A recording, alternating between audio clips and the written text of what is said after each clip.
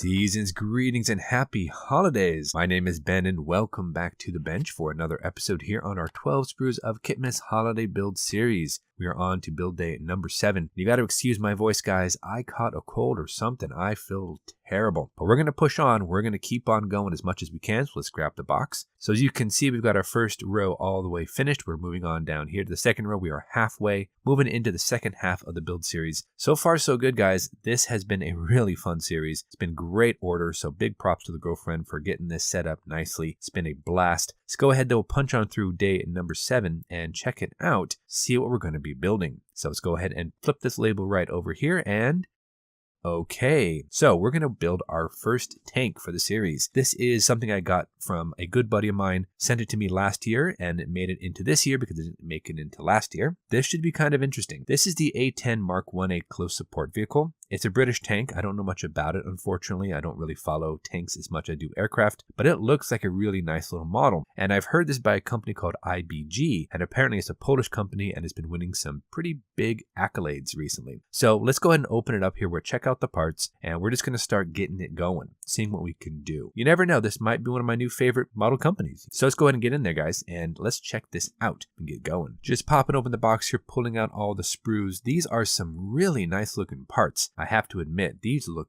great. I don't know how fit's going to be yet, but I think, yeah, we're going to find out because we're going to jump in here. We're going to get this thing built up. I want to go ahead and get everything ready to go, primed, painted. I'm going to do some pre-shade with NATO Black, and I'm going to be going with this desert camo scheme. So we'll be coming in with that kind of deserty sand color, and then we're going to overpaint that with a little bit of red brown for the camo. I don't know how this is going to go, but we're going to push in. We're going to try it out and see how this works. Let's get it started.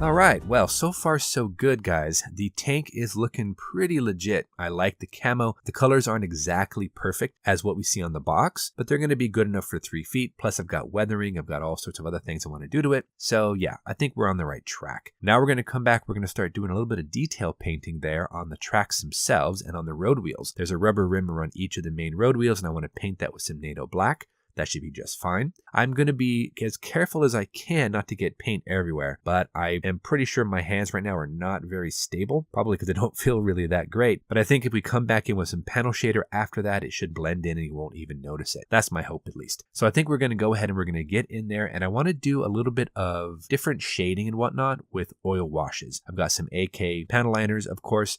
I also have some MIG washes for tracks and for rust. So I just kind of want to take those and we're just going to kind of play around with it. We're going to do some washes, do some streaking, try to get some grime and dirt on this. We're going to be doing this right on top of the flat paint. I don't want to go ahead and gloss coat everything. So we're just going to go in, and that should give us hopefully kind of a cool effect. Plus, if I work in small sections, I won't have to worry about it staining or doing any sort of weird things with the paint. At least, well, that's the hope. I'm not a really big tank guy. I love tanks, but I just don't build a lot of them. So this is a little bit out of my wheelhouse, but we're going to keep on pushing. We're going to get this thing all nicely wrapped up. And then once it's done, we'll overcoat it with some flat coat. So to see how it goes, let's jump back in there, get our second time lapse underway. Then we'll be back and I'll show you guys the finished product.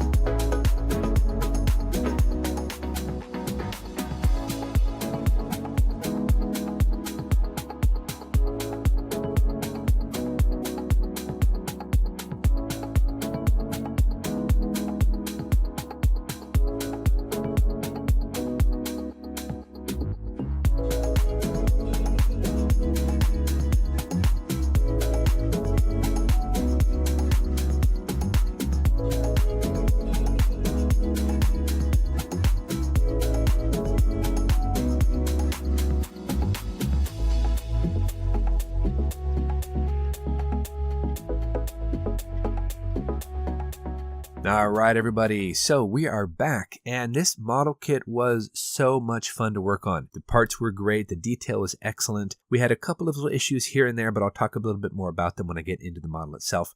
But yeah, I'm very happy with this little guy. Now, unfortunately, though, I am feeling absolutely terrible. So we're going to get in there. I just want to go ahead and show you guys the finished product. I want to get to bed and do some sleeping. So here it is, the finished product, our 1/72nd scale A10 Mark 1A close support vehicle. And this was a really fun little build. Like I mentioned, part fit was great. Everything just kind of fell into place. It's not the best job I've ever done on a model kit, but it's actually not too bad for not only how I feel, but also the fact that I don't really build tanks all that often. I did use some rust washes and streaking and all that to try to get that dirt feel, kind of add in some filters and whatnot for it. Again, I'm kind of new to the whole world of armor modeling. do a little bit of dirtying up here and there. I probably could have gone even more so, but you know what? It is what it is. I like the look of it so far. And again, it's so tiny. We're going to have it just sitting on a display case shelf. You're not even going to notice it. But really overall, the part fit was decent. We had lots of nice detail. The road wheels, even though they were a little bit weird being all one piece, they went together decently well. And I like how I painted them up. I even had details on the bottom of the hull, which you're never going to see. So it's kind of cool that they would add that in. The only drawback I will say, the instructions were a little bit iffy when it came to where I was supposed to place my aerial. So unfortunately, it did get placed on the far side of the turret when it should be more in the middle. But other than that, this was a really, really fun little build. So day 7 is done. I'm pretty happy with how it's turned out. Like I mentioned though, I am feeling